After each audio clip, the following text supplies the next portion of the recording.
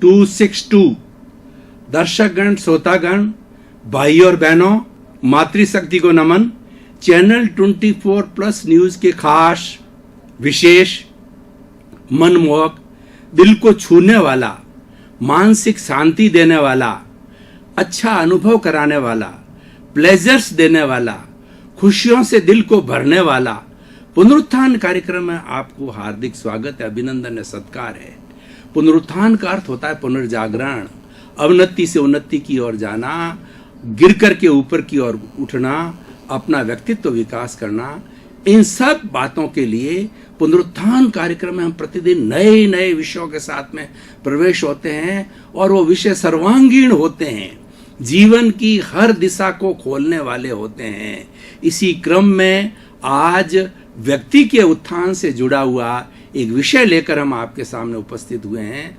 आज का विषय है तनाव और उसका समाधान। भाई और बहनों, दर्शकगण, श्रोतागण, दो शब्द है, एक तनाव और दूसरा उसका समाधान। तनाव किसे कहते हैं? तनाव का मतलब खिंचाव आना, टेंशन, स्ट्रेस, स्ट्रेन। और व्यक्तिगत तनाव की बात करें तो हमारे भीतर के दिमाग के जो टिश्यूज होते हैं उनको खींचे जाना, मसल्स के अंदर खिंचाव आना, मतलब खिंचाव आने को हम तनाव कहते हैं। यह तनाव अच्छा नहीं है, क्योंकि हमारे जो मसल्स होते हैं जितने नॉर्मल रहते हैं वो अच्छा कार्य करते हैं और हमारी एफिशिएंसी बढ़ाते हैं। हमें मानसिक शांति होती है तो हम हर कार्य बड़े आराम से सोच समझ के करते हैं और बड़ी प्रसन्नता से करते हैं, बड़ी दिलचस्पी से करते हैं और लगन के साथ करते हैं। लेकिन जब तनाव पैदा हो जाता है तो व्यक्ति डिस्टर्ब हो जाता है, उसकी शांति गायब हो जाती है, उसके प्लेजर्स गायब हो जाते हैं, उसकी खुशियां गायब हो जाती है। आज का युग तनाव का युग है। एक छोटे से बच्चे को पूछोगे तो वो कहेगा कि मेरे होमवर्क का तनाव है, और उसका बैग हम देखें तो बच्चा तो जो है 10 किलो का, बैग जो उसका 15 किलो का है, उसके बुक्स का भार उसके स्वयं के भार से अधिक है। यह भी एक तनाव का कारण है। और इतने विषय पढ़ाए जाते हैं प्रारंभिक स्कूल के अंदर कि बच्चे को उन सब को लिखने में, होमवर्क करने में बड़ा टेंशन की अनुभूति होती है।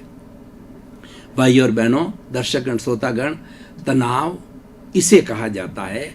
अब तनाव के कारणों को पता लगाओ, क्योंकि कारण बिना निवारण नहीं है और कारण से ही कार्य होता है। कारण को हम मेडिकल भाषा में डायग्नोसिस कहते हैं। हम डॉक्टर के पास में जाते हैं तो डॉक्टर पहले हमारी बीमारी का कारण जानता है, हमारी जो फैमिली हिस्ट्री जानता है, हमारे को शरीर के अंदर किस किस तरह से फीलिंग होता है और किस किस तरह की हमारे बीमारी वर्तमान में चल रही है। इन सभी चीज़ों के निष्कर्ष के बाद वह पहुंचता है, डायग्नोसिस पर पहुंचता है। तो डायग्नोसिस एक तरह का कारण है। तो हमारे तनाव का भी हम कारण का पता करें। कुछ कारण मैं मोटे मोटे तौर पे कारण आपके सामने प्रस्तुत कर रहा हूं। तनाव का सबसे बड़ा कारण यह है कि आदमी की कैपेसिटी से अधिक कार्य का बोझ लेना। मेरी कार्य करने की कैपेसिटी दिन में 10 कार्य कर सकता हूं, लेकिन मैंने 15 कार्य अपने हाथ में ले लिए हैं। किसी भी फील्ड का व्यक्ति हूं, चाहे ठेकेदार हूं, चाहे जो है प्रोड्यूसर हूं, चाहे जो है मैं शिक्षक हूं, तो जो काम मैं कर सकता हूं उससे ज्यादा कैपेसिटी में, उससे ज्यादा संख्या में काम लेने से वो तनाव पैदा करते हैं। क्योंकि जिनका कार्य हमने लिया है, जिनको समय दिया है कि आज की तारीख में इसको पूरा कर देंगे, तो वो बार बार रिमाइंड कराते हैं और कार्य के रिमाइंडर के से जो है वो कार्य न पूरा होने के कारण हम तनाव में चले जाते हैं। ये मुख्य कारण है। दूसरा कारण है कि कार्य की करने की धीमी गति। हम कार्य तो अपने हाथ में ले लेते हैं। आज हम लाइफ स्टाइल की बात करें तो ईश्वर ने, प्रकृति ने हर प्राणी को 24 घंटे दिए हैं, जिसमें 12 घंटे उसके नहाने के लिए, धोने के लिए, सोने के लिए, व्यक्ति कार्य के लिए। अधिकतम काम व्यक्ति 12 घंटे कर सकता है। और कोई भी कार्य 2 घंटे में समाप्त होना चाहिए नॉर्मल वे के अंदर, बिना हड़बड़ाहट किए, बिना टेंशन के अंदर आए और बिना अधिक स्पीड बढ़ाए हुए, बिना जल्दी किए हुए, और वो कार्य 2 घंटे में पूरा होना चाहिए, हम 4 घंटे में करते हैं। ये स्लो स्पीड कहलाती है। स्लो स्पीड होने के कारण जो है ना, कार्य जो है वो पूरे नहीं होते हैं, ये कारण होता है। तीसरा कारण है मिस प्लानिंग। देखिए, हमको पता है कि हमारे यहाँ पर कितनी बिजली आती है, किस समय बिजली चली जाती है, और उस कार्य के लिए बिजली की आवश्यकता होती है, और उसकी अल्टरनेट व्यवस्था हमारे पास में नहीं है, कोई जनरेटर नहीं है या लाइट के लिए कोई व्यवस्था नहीं कर रखी है। तो वो जो समय बिजली गुल होने का समय होता है, वो हमारे उस काम के अंदर एक तरह से जो है रोड़ा अटक जाता है, एक ऑब्स्टेकल आ जाता है, उससे भी काम पूरा नहीं होता है। यह भी एक तनाव पैदा करता है। चौथा कारण है कि जिस टीम के साथ हम वर्क कर रहे हैं, चाहे हम दुकान का काम कर रहे हैं, चाहे हम क्रिकेट को खेल रहे हैं, चाहे हम देश का संचालन कर रहे हैं, चाहे हम राज्य का संचालन कर रहे हैं, चाहे हम परिवार का संचालन कर रहे हैं, अगर हमारी टीम के बीच के अंदर खटपट है, टीम के बीच के अंदर अगर हमारे कोई तरह के डिस्प्यूट है, तो अल्टीमेटली वो तनाव पैदा करता है। इसीलिए जिस टीम के साथ हम वर्क करते हैं उसके साथ में तालमेल होना चाहिए, डिवोशन होना चाहिए, डेडिकेशन होना चाहिए, और हमेशा आदेश जो चलता है वो एक लीडर का ही चलता है। चाहे पार्टी हो, चाहे जो क्रिकेट का खेल हो, चाहे जो है अपना घर हो, चाहे समाज हो, हर एक व्यक्ति लीडर नहीं हो सकता है। उस लीडर की बात को मानना, उसके अनुरूप, उसके निर्देशों के अनुसार कार्य करना है, यह हर एक का फर्ज बनता है। लेकिन आपस में खिटपिट होती है, आपस के अंदर तालमेल की कमी होती है, तो ये तनाव पैदा करता है।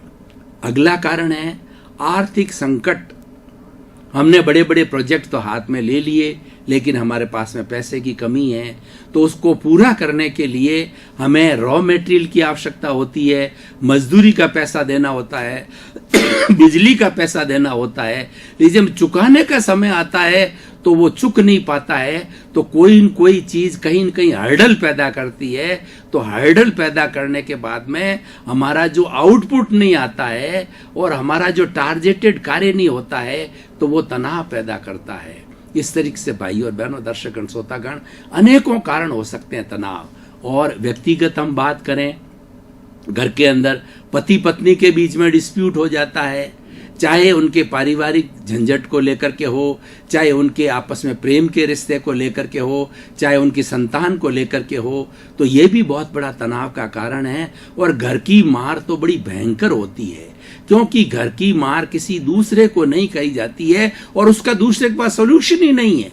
अगर पति पत्नी का झगड़ा है तो मित्र उसमें क्या करेगा, या कोई अन्य व्यक्ति, डॉक्टर उसमें क्या करेगा, अन्य व्यक्ति क्या करेगा, वो तो उन दोनों को खुद को सल्टाना पड़ेगा। इसीलिए कहा गया है, मियाँ बीबी राजी तो क्या करेगा काजी।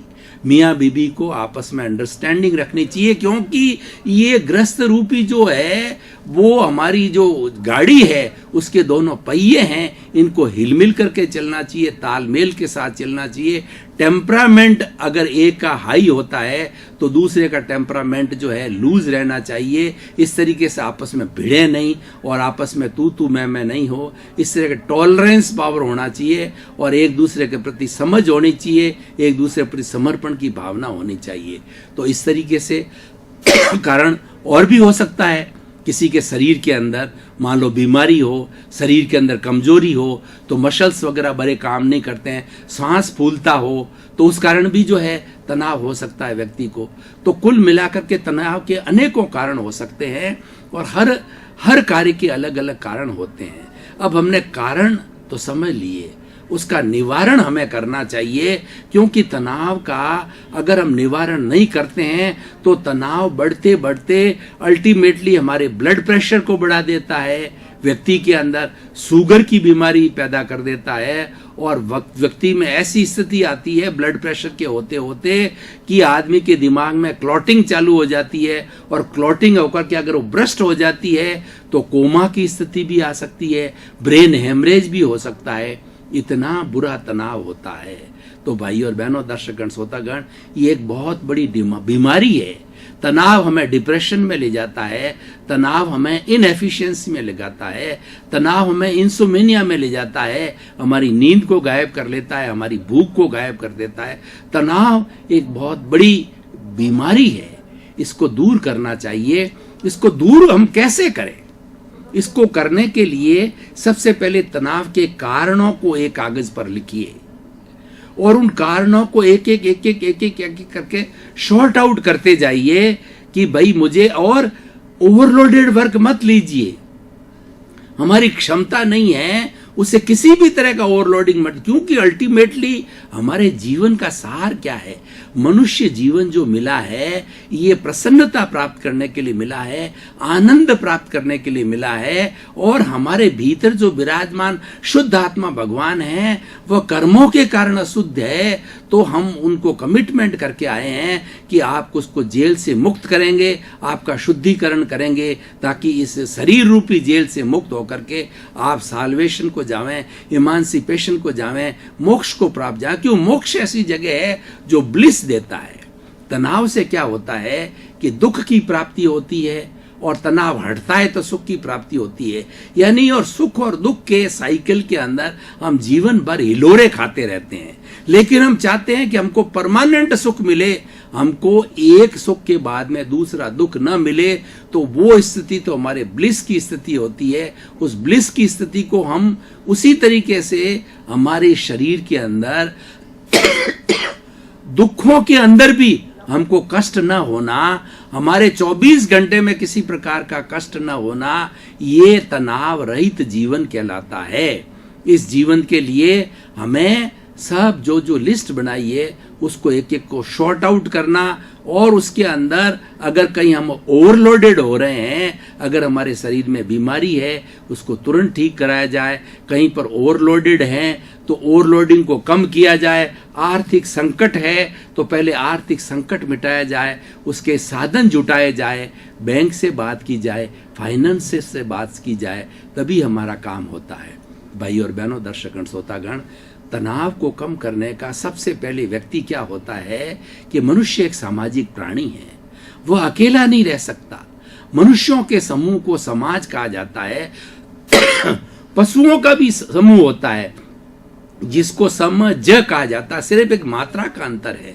लेकिन पशुओं के अंदर कोई सोच नहीं होती है, उनके अंदर रीजनिंग नहीं होती है, उनके अंदर कोई ये दिमाग को काम लेने की जो है शक्ति नहीं होती है। लेकिन मनुष्य के अंदर सारी योग्यता है, उसमें इंटेलेक्चुअल है, उसमें रीजनिंग है, उसमें काम करने की प्लानिंग है, और उसके सारे सेंसेस, सारी जो इंद्रियां हैं वो भी अच्छी तरह से काम करती है, हेल्दी बॉडी मिली हुई होती है। तो संपूर्ण रूप से शरीर एक जो है वो एक होलिस्टिक जो है वर्क करने वाला हमारे पास में यंत्र है। उस यंत्र को बहुत तरीके से काम लेना चाहिए, और हम पारिवारिक दृष्टि से जाएं। पारिवारिक दृष्टि में किसी के 1 बच्चा है, किसी के 2 बच्चे हैं, किसी के 3 बच्चे हैं, तो फैमिली प्लानिंग करा लेनी चाहिए। व्यक्ति को ऐसा नहीं को बच्चे पैदा किया जाए, ये एक टेंशन का कारण बन जाता है कि उन बच्चों को कहाँ हम शिक्षा देंगे, उनके भरण पोषण की कैसे व्यवस्था करेंगे, उनके रहने के लिए अलग अलग कमरे, स्टडी रूम, मकान कहाँ से लाएंगे। इसीलिए आजकल तो सरकार इस पर बहुत ध्यान दे रही है, फैमिली प्लानिंग। तो आजकल तो पहले तो था हम 2 हमारे 2, आजकल हम 2 हमारे 1 ऐसा भी चलता है। तो वो अपनी अपनी प्लानिंग है कि 1 बच्चा चाहिए या 2 बच्चा चाहिए, तो उस हिसाब से जो है वो अपने प्लानिंग करना चाहिए। और एक तनाव का सबसे बड़ा काम है, सबसे बड़ा कारण है जो दिखाई नहीं देता है, वो ईगो। आदमी का ईगो टकराता रहता है कि उसने मेरे को नमस्ते क्यों नहीं किया, उन्होंने हमारे को सम्मान क्यों नहीं दिया, और हर बात के अंदर उसका ईगो टकराता है कि मैं उससे बड़ा बनूं, लोग मुझे उससे बड़ा कहे। ये ईगो सबसे बड़ी खतरनाक चीज है, ये दिखाई नहीं देता है, ये घुन की तरह अंदर खाता जाता है और ये तनाव पैदा करता है। तो ईगो को सबसे पहले समाप्त करना चाहिए। व्यक्ति को समझना चाहिए मैं तो इस दुनिया के अंदर परम विनय से मैं मूढ़ हूं, मैं अज्ञानी हूं, मैं स्टूडेंट हूं, हर चीज को पहले क्लियर डिक्लेयर करना चाहिए अपने अपनी लाइन के अंदर कि भाई मैं तो एक स्टूडेंट के रूप में इस कार्य को सीख रहा हूं। तो जब आदमी, इससे क्या होता है, आदमी का अहंकार का विसर्जन होता है। बड़ा से बड़ा आदमी जब ये कहता है, विद्वान से विद्वान ये कहता है मैं तो अभी इस विषय का मात्र स्टूडेंट हूं। हमारी जो अभी कोकिला सम्राट है, जो स्वर सम्राट है और भारत रत्न है, वो जो है वो अभी वर्तमान के अंदर जो वो रोज प्रतिदिन जो है वो गाना आधा घंटा जो आज भी गाती है, क्योंकि वो कहती है कि मुझे अभी वो काम मुझे जारी रखना है, मेरा अभ्यास समाप्त नहीं हो जाए, मेरी प्रैक्टिस जो है समाप्त नहीं हो जाए। तो इस तरीके से जो है लोग कितने ऊंचे स्तर पर पहुंचने के बाद, लता मंगेशकर कितने ऊंचे स्तर पर पहुंचने के बाद भी ऐसे ऐसे महान लोग हैं, अपने आप को बहुत छोटा समझते हैं। व्यक्ति अपने आप को जितना लघु भाव में रखेगा उतना उतना विकास करेगा। और ये सृष्टि का नियम भी है।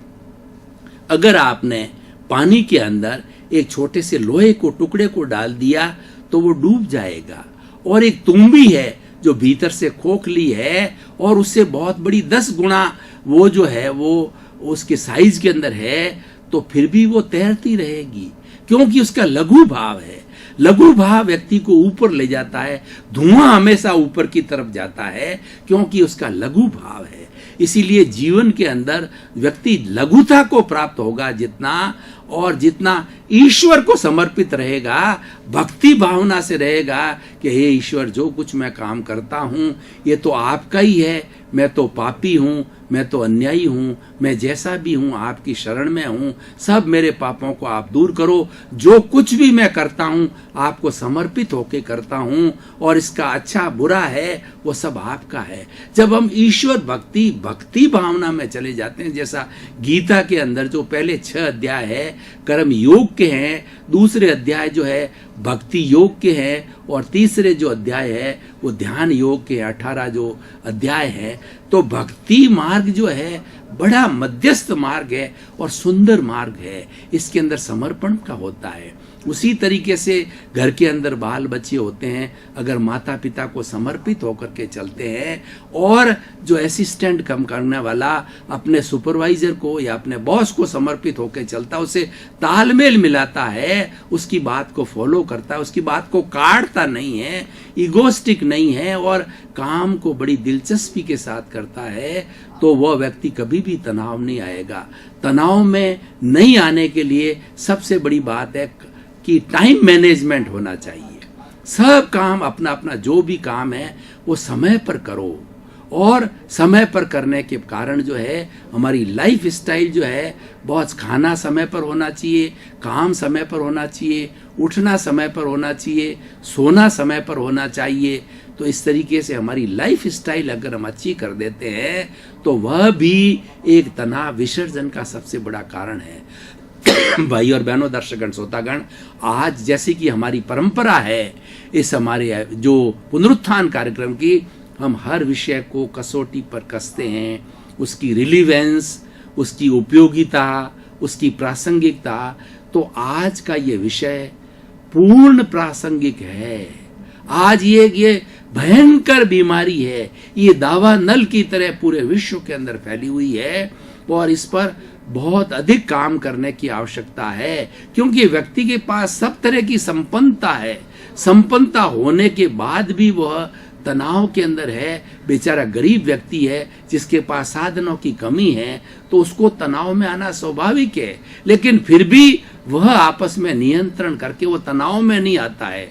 लेकिन बड़े बड़े लोग हैं जो साधन संपन्न हैं, ऐश आराम करने वाले हैं, कुबेर है, धन संपत्ति वाले हैं, सब सुविधा है, वो सबसे ज्यादा तनाव में रहते हैं। वो नींद की गोलियां खाते हैं। उसका कारण यह है उनको ईर्ष्या होती है, उनको डाह होती है कि मेरा पड़ोसी, मेरा कॉम्पिटिटर आगे कैसे बढ़ रहा है, मुझे उससे आगे बढ़ना है। ये डाह उसको खा जाती है, दर्शकगण, श्रोतागण, भाई और बहनों, आपका बहुत बहुत धन्यवाद। पुनरुत्थान कार्यक्रम को आप बड़ा दिलचस्पी के साथ देखते हो, इसीलिए टॉक ऑफ द टाउन बनता जा रहा है और चारों तरफ से चैनल 24 को जो है अच्छी न्यूज़ मिल रही है। पुनरुत्थान कार्यक्रम जम रहा है, ये आपके ही कारण है और ये आपके ही वजह से हो रहा है। इसीलिए आपके प्रति कृतज्ञता। आपका जीवन आनंदमय हो, मंगलमय हो, सुखमय।